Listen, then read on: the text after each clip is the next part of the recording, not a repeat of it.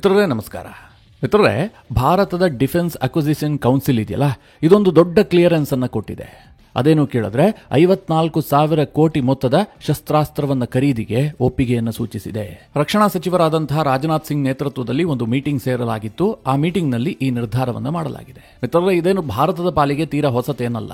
ನಮ್ಮ ದೇಶದಲ್ಲಿ ಆಗಾಗ ಶಸ್ತ್ರಾಸ್ತ್ರ ಖರೀದಿಗೆ ಒಪ್ಪಿಗೆಯನ್ನು ಕೊಡಲಾಗ್ತಾ ಇರುತ್ತೆ. ಲಕ್ಷಾಂತರ ಮೌಲ್ಯದ ಶಸ್ತ್ರಾಸ್ತ್ರವನ್ನ ಭಾರತ ಖರೀದಿ ಮಾಡ್ತಲೇ ಇರುತ್ತೆ.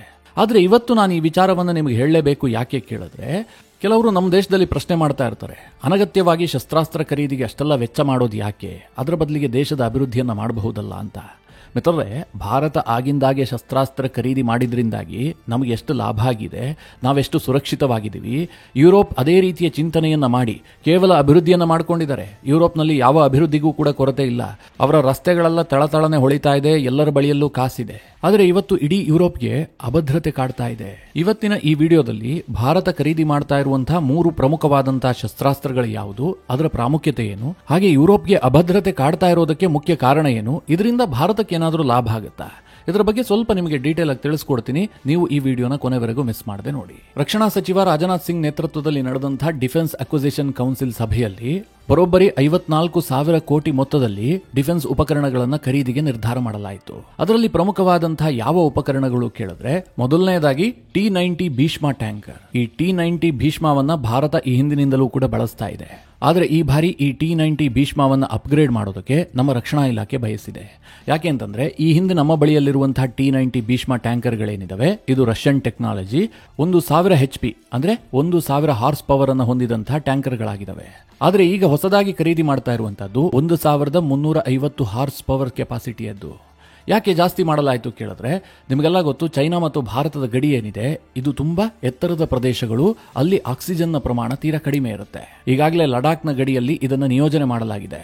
ಭಾರತದ ಸೇನೆಗೆ ಅನಿಸ್ತಾ ಇದೆ 1,000 ಹಾರ್ಸ್ ಪವರ್ ಇರುವಂತಹ T-90 ಭೀಷ್ಮ ಹೆಚ್ಚು ಎತ್ತರದ ಪ್ರದೇಶದಲ್ಲಿ ಕಾರ್ಯನಿರ್ವಹಿಸೋದಕ್ಕೆ ಕಷ್ಟ ಆಗುತ್ತೆ. ಹೀಗಾಗಿ ಹಾರ್ಸ್ ಪವರ್ ಜಾಸ್ತಿ ಬೇಕು. ಇದೇ ಕಾರಣದಿಂದ ಹೊಸದಾಗಿ T-90 ಭೀಷ್ಮವನ್ನು ಖರೀದಿ ಮಾಡೋದಕ್ಕೆ ನಿರ್ಧಾರ ಮಾಡುವಂತಹ ಸಂದರ್ಭದಲ್ಲಿ ಇದರ ಕೆಪಾಸಿಟಿಯನ್ನ 1,350 HP ಗೆ ಏರಿಸಲಾಗಿದೆ.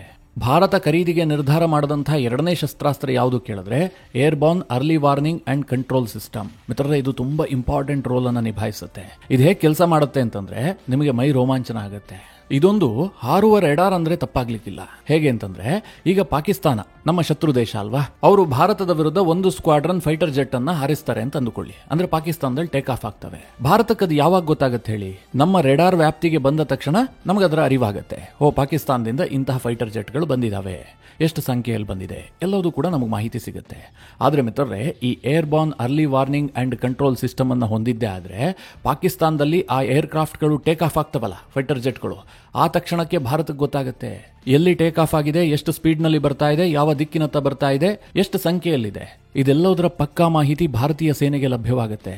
ಈ airborne early warning and control system ಹೇಗಿರುತ್ತೆ ಅಂತಂದ್ರೆ, ಒಂದು ವಿಮಾನಕ್ಕೆ ಇದನ್ನು ಅಳವಡಿಸಲಾಗಿರುತ್ತೆ. ಒಂದು ದೊಡ್ಡದಾದಂತಹ ವಿಮಾನ, ಇದು ಭಾರತದ ವ್ಯಾಪ್ತಿಯಲ್ಲೇ ಹಾರ್ತಾ ಇರುತ್ತೆ. ಉದಾಹರಣೆಗೆ ರಾಜಸ್ಥಾನದಲ್ಲಿ ಇದು ಟೇಕ್ ಆಫ್ ಆಗಿ ಹಾರ್ತಾ ಇದೆ ಅಂತಂದ್ರೆ, ಇಡೀ ಪಾಕಿಸ್ತಾನದ ಮೇಲೆ ಇದು ನಿಗಾ ವಹಿಸಿರುತ್ತೆ. ಈ ವಿಮಾನ ಪಾಕಿಸ್ತಾನದ ಗಡಿಯನ್ನು ಪ್ರವೇಶ ಮಾಡಬೇಕಾಗೇ ಇಲ್ಲ, ಭಾರತದಲ್ಲೇ ಇದ್ರೆ ಸಾಕು. ಪಾಕಿಸ್ತಾನದಲ್ಲಿ ಫೈಟರ್ ಜೆಟ್ ಏನಾದರೂ ಟೇಕ್ ಆಫ್ ಆದ್ರೆ ಅದರ ಮಾಹಿತಿಯನ್ನ ಭಾರತೀಯ ಸೇನೆಗೆ ಒದಗಿಸುತ್ತೆ. ಚೀನಾ ವಿಚಾರದಲ್ಲೂ ಕೂಡ ಹೀಗೆ ಆಗುತ್ತೆ. ಎರಡೆರಡು ಶತ್ರು ದೇಶಗಳನ್ನು ಹೊಂದಿರುವಂತಹ ಭಾರತಕ್ಕೆ ಇಂತಹ ಅರ್ಲಿ ವಾರ್ನಿಂಗ್ ಸಿಸ್ಟಮ್ ಏನಿದೆ, ಇದರ ಜರೂರತ್ ಜಾಸ್ತಿ ಇದೆ. ಹೀಗಾಗಿ ಭಾರತದ ರಕ್ಷಣಾ ಇಲಾಖೆ ಬರೋಬ್ಬರಿ 12 airborne early warning and control system ಅನ್ನ ಖರೀದಿ ಮಾಡ್ತಾ ಇದೆ. ಇನ್ನು ನಮ್ಮ ನೇವಿಗಾಗಿ ವರುಣಾಸ್ತ್ರವನ್ನ ಖರೀದಿ ಮಾಡೋದಕ್ಕೆ ನಿರ್ಧಾರ ಮಾಡಲಾಗಿದೆ. ಈ ವರುಣಾಸ್ತ್ರ ಅನ್ನುವಂಥದ್ದು ಒಂದು ಟಾರ್ಪಿಡೋ ಆಗಿದೆ. ಇದು ಶತ್ರು ಪಡೆಯ ಸಬ್ಮೆರಿನ್ಗಳನ್ನು ನಾಶಪಡಿಸೋದಕ್ಕೆ ಇದನ್ನು ಬಳಸಲಾಗುತ್ತೆ. ಆಂಟಿ ಸಬ್ಮೆರಿನ್ ಆಗಿ ಇದು ಕೆಲಸ ಮಾಡುತ್ತೆ. ಸದ್ಯ ಮಿತ್ರರೇ, ಭಾರತಕ್ಕೆ ಚೈನಾದ ನೇವಿಯಿಂದ ದೊಡ್ಡ ಥ್ರೆಟ್ ಇದೆ. ಚೈನಾ ಯಾವ ಮಟ್ಟಿಗೆ ತನ್ನ ನೇವಿಯನ್ನ ಎಕ್ಸ್ಪ್ಯಾಂಡ್ ಮಾಡ್ತಾ ಇದೆ ಅಂತಂದ್ರೆ, ಇವತ್ತು ಅಮೆರಿಕವನ್ನ ಕೂಡ ಬೀಟ್ ಮಾಡಿದ್ದಾರೆ. ಅಂದ್ರೆ ಸಂಖ್ಯೆಯಲ್ಲಿ ಮಾತ್ರ. ಶಕ್ತಿಯ ವಿಚಾರಕ್ಕೆ ಬಂದ್ರೆ ಅಮೆರಿಕದ ನೇವಿ ಈಗಲೂ ಕೂಡ ಸಿಕ್ಕಾಪಟ್ಟೆ ಪವರ್ಫುಲ್ ಆಗಿದೆ. ಆದ್ರೆ ಸಂಖ್ಯೆಯ ವಿಚಾರದಲ್ಲಿ ಚೈನಾ ಅಮೆರಿಕವನ್ನ ಬೀಟ್ ಮಾಡಿದೆ. ಈ ಕಾರಣದಿಂದ ಭಾರತವೂ ಕೂಡ ತನ್ನ ನೌಕಾಶಕ್ತಿಯನ್ನ ಜಾಸ್ತಿ ಮಾಡ್ಕೊಳ್ಬೇಕಾಗಿದೆ. ಹೀಗಾಗಿ ಭಾರತ ಈ ವರುಣಾಸ್ತ್ರ ಅನ್ನುವಂತಹ ಆಂಟಿ ಸಬ್ಮೆರಿನ್ ಅಸ್ತ್ರಗಳನ್ನ ಖರೀದಿ ಮಾಡ್ತಾ ಇದೆ. ಈ ವರುಣಾಸ್ತ್ರ ಸಮುದ್ರದಿಂದ 600 ಮೀಟರ್ ಆಳದಲ್ಲಿರುವಂತಹ ಸಬ್ಮೆರಿನ್ ಅನ್ನ ಕೂಡ ಹುಡುಕಿ ನಾಶ ಮಾಡುತ್ತೆ. ಅಷ್ಟು ಕೆಪಾಸಿಟಿಯನ್ನ ಇದು ಹೊಂದಿದೆ. ಹೀಗೆ ಭಾರತ ಒಟ್ಟು ಈ 3 ಅಸ್ತ್ರಗಳನ್ನು ಖರೀದಿ ಮಾಡೋದಕ್ಕೋಸ್ಕರವಾಗಿ 54,000 ಕೋಟಿಯನ್ನ ವೆಚ್ಚ ಮಾಡ್ತಾ ಇದೆ. ಮಿತ್ರರೇ, ಈಗ ಪ್ರಮುಖ ವಿಚಾರಕ್ಕೆ ಬಂದ್ಬಿಡೋಣ. ಭಾರತ ಏನೋ ಆಗಿಂದಾಗೆ ಈ ರೀತಿಯಾಗಿ ಶಸ್ತ್ರಾಸ್ತ್ರವನ್ನ ಖರೀದಿ ಮಾಡ್ತಾ ಇದೆ. ನಮಗೆ ಅನಿವಾರ್ಯತೆ ಇದೆ. ಯಾಕೆಂದ್ರೆ ಪಕ್ಕದಲ್ಲಿ ಎರಡೆರಡು ಶತ್ರು ದೇಶಗಳಿದಾವೆ. ಒಂದು ಕಡೆ ಚೈನಾ ಕೂಡ ಶತ್ರು ದೇಶ, ಇನ್ನೊಂದು ಕಡೆ ಪಾಕಿಸ್ತಾನ ಪಾಕಿಸ್ತಾನ ಕೂಡ ಶತ್ರು ದೇಶ. ಎರಡೂ ದೇಶಗಳೊಂದಿಗೆ ಭಾರತ ಈ ಹಿಂದೆ ಯುದ್ಧವನ್ನ ಕೂಡ ಮಾಡಿದೆ. ಹೀಗಾಗಿ ಭಾರತ ಮೈಯೆಲ್ಲ ಕಣ್ಣಾಗಿರಿಸಿಕೊಂಡಿರುತ್ತೆ. ನಮ್ಮ ಅನಿವಾರ್ಯತೆಗೆ ತಕ್ಕಂತೆ ಶಸ್ತ್ರಾಸ್ತ್ರವನ್ನ ನಾವು ಖರೀದಿ ಮಾಡ್ತಲೇ ಇರ್ತೀವಿ. ಆದರೆ ಇವತ್ತು ಯುರೋಪ್ನ ಸ್ಥಿತಿ ಏನಾಗಿದೆ ಗೊತ್ತಾ? ಅವರು ನಡು ನೀರಿನಲ್ಲಿ ನಿಲ್ಲುವಂತಹ ಪರಿಸ್ಥಿತಿ ಉಂಟಾಗಿದೆ. ಇಷ್ಟು ದಿನ ಯುರೋಪ್ಗೆ ಯಾರದ್ದೂ ಭಯ ಇರಲಿಲ್ಲ. ರಷ್ಯಾ ಎಷ್ಟು ಪವರ್ಫುಲ್ ಅಸ್ತ್ರವನ್ನು ಹೊಂದಿದ್ರೂ ಕೂಡ ಅವರೇನು ತಲೆ ಕೆಡಿಸ್ಕೊಳ್ತಾ ಇರಲಿಲ್ಲ. ಅವರು ಕೇವಲ ತನ್ನ ಬಜೆಟ್ನಲ್ಲಿ ಅಭಿವೃದ್ಧಿಗೆ ಮಾತ್ರ ಯೋಚನೆ ಮಾಡ್ತಾ ಇದ್ರು.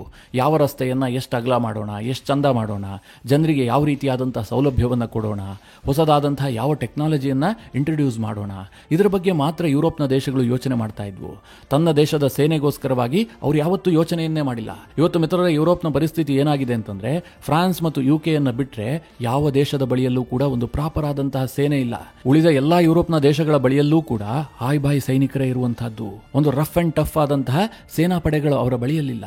ಇಷ್ಟು ದಿನ ಅವರು ಹೇಗೆ ನೆಮ್ಮದಿಯಾಗಿದ್ರು ಕೇಳಿದ್ರೆ, ಅಮೆರಿಕದ ನೆರಳಿನಲ್ಲಿ. ನಿಮಗೆಲ್ಲ ಗೊತ್ತು, ಯುರೋಪ್ನ ಬಹುತೇಕ ರಾಷ್ಟ್ರಗಳು ನ್ಯಾಟೋದಲ್ಲಿದ್ದಾವೆ. ನ್ಯಾಟೋದಲ್ಲಿರುವಂತಹ ದೇಶಗಳು ಯಾವತ್ತೂ ಕೂಡ ಡಿಫೆನ್ಸ್ ಬಗ್ಗೆ ಯೋಚನೆಯನ್ನೇ ಮಾಡಿಲ್ಲ. ಏನಾದರೂ ಸಮಸ್ಯೆ ಆದ್ರೆ ಅಮೆರಿಕ ನಮ್ಮ ರಕ್ಷಣೆಗೆ ಬರುತ್ತೆ. ಯಾಕಂದ್ರೆ ಈ ನ್ಯಾಟೋ ನಿಯಮವೇ ಆಗಿದೆಯಲ್ವಾ. ನ್ಯಾಟೋದ ಒಂದು ಸದಸ್ಯ ದೇಶದ ಮೇಲೆ ಇನ್ನೊಂದು ಯಾವುದಾದ್ರೂ ದೇಶ ಯುದ್ಧ ಮಾಡಿದ್ದೆ ಆದ್ರೆ ಅದು ಅಷ್ಟೂ ನ್ಯಾಟೋ ದೇಶಗಳ ಮೇಲೆ ಯುದ್ಧ ಮಾಡದಂತೆ ಎನ್ನುವಂತಹ ನಿಯಮ ಇದೆ. ಹೀಗಾಗಿ ಎಲ್ಲಾ ದೇಶಗಳು ಒಟ್ಟಾಗಿ ಯಾವ ದೇಶ ಯುದ್ಧ ಮಾಡಿರುತ್ತೋ ಅದರ ಮೇಲೆ ಮುಗಿಬೀಳ್ತವೆ. ಇದೇ ಕಾರಣದಿಂದ ನ್ಯಾಟೋ ದೇಶಗಳು ನಿದ್ದೆ ಮಾಡ್ತಾ ಇದ್ವು. ತನ್ನ ಸೇನೆಯನ್ನು ಅಪ್ಗ್ರೇಡ್ ಮಾಡುವಂತಹ ಕೆಲಸವನ್ನು ಅವರು ಯಾವತ್ತೂ ಮಾಡಿರಲಿಲ್ಲ. ಆದ್ರೆ ಈಗ ಟ್ರಂಪ್ ಅಧಿಕಾರಕ್ಕೆ ಬರ್ತಿದ್ದಂತೆ ಎಲ್ಲ ಯುರೋಪ್ನ ರಾಷ್ಟ್ರಗಳಿಗೆ ಬರೆ ಎಳೆದಿದ್ದಾರೆ. ನಿಮ್ಮ ರಕ್ಷಣೆಯನ್ನು ನೀವು ಮಾಡ್ಕೊಳ್ಬೇಕು. ನೀವು ಡಿಫೆನ್ಸ್ ಬಜೆಟ್ ಅನ್ನು ಜಾಸ್ತಿ ಮಾಡಿಲ್ಲ ಅಂತಂದ್ರೆ ನಿಮ್ಮ ರಕ್ಷಣೆಗೆ ನಾವು ಬರೋದಿಲ್ಲ. ಕೇವಲ ನೀವೊಂದು 1000 ಸಂಖ್ಯೆಯಲ್ಲಿ ಸೈನಿಕರನ್ನು ಇಟ್ಕೊಂಡು ನಾಳೆ ರಷ್ಯಾದಿಂದ ನಮಗೆ ರಕ್ಷಣೆ ಕೊಡಿ ಅಂತಂದ್ರೆ ನಾವು ಅದಕ್ಕೆ ರೆಡಿ ಇಲ್ಲ. ನಿಮ್ಮ ತಲೆಗೆ ನಿಮ್ಮ ಕೈ ಅನ್ನುವ ರೀತಿಯಲ್ಲಿ ಟ್ರಂಪ್ ಒಂದು ಸಂದೇಶ ಕೊಟ್ಟಿದ್ದಾರೆ. ಇದು ಯುರೋಪ್ನ ರಾಷ್ಟ್ರಗಳನ್ನು ಎಷ್ಟರ ಮಟ್ಟಿಗೆ ವಿಚಲಿತವಾಗಿಸಿದೆ ಅಂತಂದ್ರೆ, ಯುರೋಪ್ನ ರಾಷ್ಟ್ರಗಳು ಕೈಗೊಳ್ತಾ ಇರುವಂತಹ ನಿರ್ಧಾರವೇ ಇದಕ್ಕೆ ಸಾಕ್ಷಿ. ಜರ್ಮನಿ ಇತ್ತೀಚೆಗೆ ತನ್ನ ಸಂಸತ್ನಲ್ಲಿ ಒಂದು ನಿರ್ಣಯವನ್ನ ಪಾಸ್ ಮಾಡಿದೆ. ತನ್ನ ಡಿಫೆನ್ಸ್ ಬಜೆಟ್ ಅನ್ನ ಜಾಸ್ತಿ ಮಾಡೋದಕ್ಕೋಸ್ಕರವಾಗಿ ಜರ್ಮನಿ ತನ್ನ ನಿಯಮಕ್ಕೆ ಒಂದು ತಿದ್ದುಪಡಿಯನ್ನು ತಂದಿದೆ. ಅದಕ್ಕೊಂದು ಅವಕಾಶವನ್ನ ಕಲ್ಪಿಸಿಕೊಂಡಿದೆ. ಅಷ್ಟರ ಮಟ್ಟಿಗೆ ಜರ್ಮನಿಗೂ ಭಯ ಆಗಿದೆ, ಫ್ರಾನ್ಸ್ಗೂ ಭಯ ಇದೆ, ಯುಕೆ ಭಯ ಇದೆ, ಯುರೋಪ್ನ ಬಹುತೇಕ ದೇಶಗಳು ಭಯಗೊಂಡಿದ್ದಾವೆ. ಈಗ ಅವರು ಅಮೆರಿಕದಿಂದ ಶಸ್ತ್ರಾಸ್ತ್ರವನ್ನ ಖರೀದಿ ಮಾಡೋದಕ್ಕೂ ಕೂಡ ಹಿಂದೆ ಮುಂದೆ ಯೋಚನೆ ಮಾಡ್ತಾ ಇದ್ದಾರೆ. ಉದಾಹರಣೆಗೆ ನಿಮಗೆ ಹೇಳ್ತೀನಿ, ಈಗ ಟ್ರಂಪ್ ಭಾರತಕ್ಕೆ ನಾವು F-35 ಕೊಡ್ತೀವಿ ಹಾಗೆ ಹೀಗೆ ಅಂತ ಹೇಳ್ತಾ ಇದ್ರಲ್ಲ, ಅಮೆರಿಕದ ಅತ್ಯಂತ ಮಿತ್ರ ದೇಶಗಳು ಟ್ರಂಪ್ ಅವರಿಂದ F-35 ಖರೀದಿ ಮಾಡೋದಕ್ಕೆ ಮನಸ್ಸು ಮಾಡ್ತಾ ಇಲ್ಲ. ಕೆನಡಾ ಈಗಾಗಲೇ F-35 ಖರೀದಿಯಿಂದ ಹಿಂದೆ ಸರಿದಿದೆ. ಕೆನಡಾದ ಹೊಸ ಪ್ರಧಾನಿ ಹೇಳ್ತಾ ಇದ್ದಾರೆ, ನಾವು ನಿಮ್ಮಿಂದ F-35 ಅನ್ನ ಖರೀದಿ ಮಾಡೋದಿಲ್ಲ, ಸಾರಿ ಅಮೆರಿಕ ಅಂತ ಅವ್ರು ಹೇಳ್ಬಿಟ್ಟಾಗಿದೆ. 88 F-35 ಅನ್ನ ಖರೀದಿ ಮಾಡೋದಕ್ಕೆ ಕೆನಡಾ ಈ ಹಿಂದೆ ನಿರ್ಧಾರ ಮಾಡಿತ್ತು. ಮಿತ್ರರೇ, ದೊಡ್ಡ ಡೀಲ್ ಇದು. ಇದನ್ನೇ ಕೆನಡಾ ಈಗ ಕ್ಯಾನ್ಸಲ್ ಮಾಡ್ತಾ ಇದೆ. ಕೇವಲ ಕೆನಡಾ ಮಾತ್ರವಲ್ಲ, ಪೋರ್ಚುಗಲ್ ಈ ಹಿಂದೆ ಒಂದು ತೀರ್ಮಾನ ಮಾಡಿತ್ತು, ತನ್ನ ಬಳಿಯಲ್ಲಿರುವಂತಹ F-16 ಯುದ್ಧ ವಿಮಾನಗಳನ್ನ ರೀಪ್ಲೇಸ್ ಮಾಡೋದಕ್ಕೆ F-35 ಅನ್ನು ಖರೀದಿ ಮಾಡೋದಕ್ಕೆ ಯೋಚನೆ ಮಾಡಿತ್ತು. ಈಗ ಪೋರ್ಚುಗಲ್ ಹೇಳ್ತಾ ಇದೆ, ನಮಗೆ F-35 ಬೇಕಾಗಿಲ್ಲ, ನಾವು ಬೇರೆ ಏನಾದರೂ ಯೋಚನೆ ಮಾಡ್ತೀವಿ ಅಂತ. ಜರ್ಮನಿಯೂ ಸಹ 35 F-35 ಅನ್ನು ಖರೀದಿ ಮಾಡೋದಕ್ಕೆ ಹಿಂದೆ ನಿರ್ಧಾರ ಮಾಡಿತ್ತು. ಈಗ ಜರ್ಮನಿಯೂ ಕೂಡ F-35 ಖರೀದಿಯಿಂದ ಹಿಂದೆ ಸರಿಯುವಂತಹ ನಿರ್ಧಾರವನ್ನ ಕೈಗೊಳ್ತಾ ಇದೆ. ಅವರೆಲ್ಲರೂ ಹೊಸ ಹೊಸ ಆಪ್ಷನ್ ಅನ್ನು ಹುಡುಕ್ತಾ ಇದ್ದಾರೆ. ಯಾಕೆಂದ್ರೆ ಅಮೆರಿಕ ಕ್ರೆಡಿಬಿಲಿಟಿಯನ್ನು ಕಳೆದುಕೊಳ್ತಾ ಇದೆ. ಇವತ್ತೇನೋ ಟ್ರಂಪ್ ಇದ್ದಾರೆ, ನಾವು ದುಡ್ಡು ಕೊಟ್ರೆ F-35 ಅನ್ನು ಕೊಡ್ತೀವಿ ಅಂತ ಹೇಳ್ತಾರೆ. ನಾಳೆ ಅಮೆರಿಕದಲ್ಲಿ ಹೊಸ ಅಧ್ಯಕ್ಷರು ಬರ್ತಾರಪ್ಪ, 4 ವರ್ಷ ಆದ ಬಳಿಕ ಅವರು ಬೇರೆಯದ್ದೇ ನಿರ್ಧಾರವನ್ನು ಕೈಗೊಳ್ಳಬಹುದು. ಈಗ ನ್ಯಾಟೋ ವಿಚಾರದಲ್ಲಿ ನಮ್ಮನ್ನು ಹೇಗೆ ನಡು ನೀರಿನಲ್ಲಿ ತಂದು ನಿಲ್ಲಿಸಿದಾರೋ ಇದೇ ರೀತಿಯಾಗಿ ಮುಂದಿನ ಅಮೆರಿಕದ ಅಧ್ಯಕ್ಷರುಗಳು ಕೂಡ ನಂಬೋದಕ್ಕೆ ಸಾಧ್ಯ ಇಲ್ಲ, ಅಮೆರಿಕಾಗೆ ಕ್ರೆಡಿಬಿಲಿಟಿ ಉಳಿದಿಲ್ಲ ಅಂತ ಯುರೋಪ್ನ ರಾಷ್ಟ್ರಗಳು ಯೋಚನೆ ಮಾಡ್ತಾ ಇದ್ದಾವೆ. ಮಿತ್ರರೇ, ಈ ವಿಚಾರ ಭಾರತಕ್ಕೆ ಹೇಗೆ ಲಾಭ ಆಗುತ್ತೆ? ಇದೇನಾದ್ರೂ ಭಾರತಕ್ಕೆ ಲಿಂಕ್ ಆಗುತ್ತಾ ಕೇಳಿದ್ರೆ, ಈ ಟ್ರಂಪ್ ಇಂದ ಕೆಲವೊಂದಷ್ಟು ಭಾರತಕ್ಕೆ ಲಾಭ ಆಗುತ್ತೆ. ಈ ಯುರೋಪ್ನ ದೇಶಗಳಿಗೆ ಈ ರೀತಿಯಾಗಿ ಭಯ ಹುಟ್ಟಿಸಿದಾರಲ್ಲ, ಇವರೆಲ್ಲರೂ ಕೂಡ ಮುಂದಿನ ದಿನಗಳಲ್ಲಿ ಡಿಫೆನ್ಸ್ ಬಜೆಟ್ ಅನ್ನು ಜಾಸ್ತಿ ಮಾಡ್ತಾರೆ. ಈಗಾಗಲೇ ಫ್ರಾನ್ಸ್ನ ಅಧ್ಯಕ್ಷ ಇಮ್ಯಾನ್ಯುಯಲ್ ಮ್ಯಾಕ್ರೋನ್ ಹೇಳ್ಬಿಟ್ಟಿದ್ದಾರೆ, ಅಮೆರಿಕದ ಜನರು ಅಮೆರಿಕದ ರಕ್ಷಣೆಗೋಸ್ಕರವಾಗಿ ಟ್ರಂಪ್ ಅವರನ್ನ ಆಯ್ಕೆ ಮಾಡಿಕೊಂಡಿದ್ದಾಗಿದೆ. ಯುರೋಪ್ನ ಜನರು ಈಗ ಯೋಚನೆ ಮಾಡಿಕೊಳ್ಬೇಕು. ಯುರೋಪ್ ಅನ್ನು ರಕ್ಷಣೆ ಮಾಡಿಕೊಳ್ಳುವಂತಹದ್ದು ಯುರೋಪಿಗರ ಜವಾಬ್ದಾರಿಯಾಗಿದೆ ಹೀಗಂತ ಇಮ್ಯಾನ್ಯುಯಲ್ ಮ್ಯಾಕ್ರೋನ್ ಒಂದು ಸ್ಟೇಟ್ಮೆಂಟ್ ಅನ್ನು ಕೊಟ್ಟಿದ್ರು. ಅಂದ್ರೆ ನಾವಿನ್ನು ಹೆಚ್ಚು ದಿನ ಅಮೆರಿಕದ ನೆರಳಿನಲ್ಲಿ ಇರೋದಕ್ಕೆ ಸಾಧ್ಯ ಇಲ್ಲ. ನಮಗೇನೋ ತೊಂದರೆ ಆಯಿತು ಅಂತಂದ್ರೆ ಅಮೆರಿಕ ಓಡೋಡ್ ಬರುತ್ತೆ ಅಂತ ಹೇಳೋದಕ್ಕೆ ಸಾಧ್ಯ ಇಲ್ಲ. ಅಮೆರಿಕ ಹೆಚ್ಚು ರಷ್ಯಾಗೆ ಹತ್ತಿರ ಆಗ್ತಾ ಇದೆ ಹೀಗಂತ ಯುರೋಪ್ಗೆ ಅನಿಸೋದಕ್ಕೆ ಶುರುವಾಗಿದೆ. ಈ ಕಾರಣದಿಂದಾಗಿ ಈ ನ್ಯಾಟೋದ ಸದಸ್ಯ ದೇಶಗಳಾಗಿರುವಂತಹ ಯುರೋಪ್ನ ಎಲ್ಲ ದೇಶಗಳು ಕೂಡ ಮುಂದಿನ ದಿನಗಳಲ್ಲಿ ದೊಡ್ಡ ಪ್ರಮಾಣದಲ್ಲಿ ಡಿಫೆನ್ಸ್ ಬಜೆಟ್ ಅನ್ನ ಮೀಸಲಿಡುವುದಕ್ಕೆ ಶುರು ಮಾಡ್ತವೆ. ಆಗ ಇಡೀ ವಿಶ್ವದಲ್ಲಿ ಡಿಫೆನ್ಸ್ ಮಾರ್ಕೆಟ್ ಮತ್ತೆ ಬೂಮ್ಗೆ ಹೋಗುತ್ತೆ. ಈ ಸಂದರ್ಭದಲ್ಲಿ ಭಾರತದ ಕಂಪನಿಗಳೇನಾದರೂ ಮನಸ್ಸು ಮಾಡಿದ್ದೇ ಆದ್ರೆ ಯುರೋಪ್ನ ರಾಷ್ಟ್ರಗಳೊಂದಿಗೆ ದೊಡ್ಡ ದೊಡ್ಡ ಡೀಲ್ ಅನ್ನ ಕುದುರಿಸಿಕೊಳ್ಳಬಹುದು. ಈಗ ಸಂಪೂರ್ಣವಾಗಿ ಯುರೋಪ್ನ ರಾಷ್ಟ್ರಗಳು ಅಮೆರಿಕದ ಶಸ್ತ್ರಾಸ್ತ್ರವನ್ನೇ ನಂಬಿಕೊಳ್ಳುವಂತಹ ಸ್ಥಿತಿಯಲ್ಲಿಲ್ಲ. ರಷ್ಯಾದಿಂದ ಖರೀದಿ ಮಾಡ್ತಾರ ಕೇಳಿದ್ರೆ ರಷ್ಯಾ ಯುರೋಪ್ನ ಎನಿಮಿ ದೇಶ, ಹೀಗಾಗಿ ರಷ್ಯಾದ ಟೆಕ್ನಾಲಜಿಯನ್ನ ಕೂಡ ಅವರು ನಂಬೋದಿಲ್ಲ. ಇನ್ನು ಚೈನಾದಿಂದ ಖರೀದಿ ಮಾಡ್ತಾರಾ? ಸಾಧ್ಯವೇ ಇಲ್ಲ. ಇಂತಹ ಪರಿಸ್ಥಿತಿಯಲ್ಲಿ ಒಂದು ತಟಸ್ಥ ದೇಶವಾಗಿ ಉಳಿದಿರುವಂತಹದ್ದು ಭಾರತ ಮಾತ್ರ.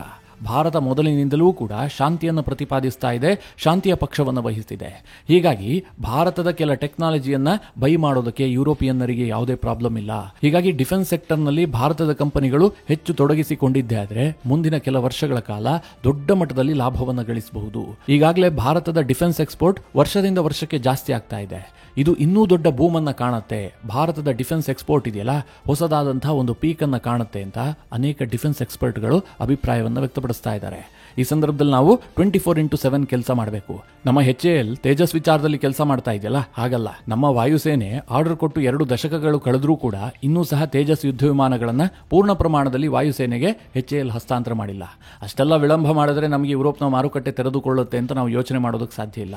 ಒಂದು ವೇಳೆ ನಾವೇನಾದರೂ ಶರವೇಗದಲ್ಲಿ ಕೆಲಸ ಮಾಡೋದಕ್ಕೆ ಮುಂದಾಗಿದ್ದೆ ಆದ್ರೆ ನಮ್ಮ ಡಿಫೆನ್ಸ್ ಕಂಪನಿಗಳು ಹೆಚ್ಚು ಉತ್ಸಾಹದಿಂದ ಯುರೋಪ್ನ ಮಾರುಕಟ್ಟೆಯನ್ನ ಕ್ಯಾಪ್ಚರ್ ಮಾಡ್ಕೊಳ್ಳೋದಕ್ಕೆ ಯತ್ನ ಮಾಡಿದ್ದೆ ಆದ್ರೆ ಭಾರತದ ಕಂಪನಿಗಳಿಗೆ ಒಂದು ದೊಡ್ಡ ಆಪರ್ಚುನಿಟಿ ಸಿಗುತ್ತೆ ಅನ್ನುವಂತಹ ಸುಳಿವು ಈಗಾಗಲೇ ಸಿಗ್ತಾ ಇದೆ. ಇದೇ ಕಾರಣದಿಂದ ಟ್ರಂಪ್ ಅವರ ಹುಂಬತನ ಭಾರತಕ್ಕೆ ಒಂದು ರೀತಿಯಲ್ಲಿ ಪರೋಕ್ಷವಾಗಿ ಲಾಭ ಮಾಡಿಕೊಟ್ರೂ ಕೂಡ ಆಶ್ಚರ್ಯ ಇಲ್ಲ. ನಾವು ಅದನ್ನು ಬಳಸಿಕೊಳ್ಳುವಂತಹ ಚಾಕಚಕ್ಯತೆಯನ್ನು ರೂಢಿಸಿಕೊಳ್ಳಬೇಕಷ್ಟೇ. ಮಿತ್ರರೇ, ಈ ಬಗ್ಗೆ ನೀವೇನು ಹೇಳ್ತೀರಿ? ನಿಮ್ಮ ಅನಿಸಿಕೆ ಅಭಿಪ್ರಾಯವನ್ನು ಕಮೆಂಟ್ ಮಾಡುವ ಮೂಲಕ ನಮಗೆ ತಿಳಿಸಿ. ಹಾಗೆ ನಿಮಗೆ ಈ ವಿಡಿಯೋ ಇಷ್ಟವಾದರೆ ಲೈಕ್ ಮಾಡಿ. ಜೊತೆಗೆ ನೀವಿನ್ನೂ ನಿಮ್ಮ ನೆಚ್ಚಿನ ಸಂಸ್ಕಾರ ಸೌರಭ ಯೂಟ್ಯೂಬ್ ಚಾನಲ್ನ ಸಬ್ಸ್ಕ್ರೈಬ್ ಮಾಡಿಲ್ಲ ಅಂತಾದರೆ ಈ ಕೂಡಲೇ ಸಬ್ಸ್ಕ್ರೈಬ್ ಮಾಡಿ ಮುಂದಿನ ಎಲ್ಲ ಅಪ್ಡೇಟ್ಗಳ ನೋಟಿಫಿಕೇಷನ್ಗಾಗಿ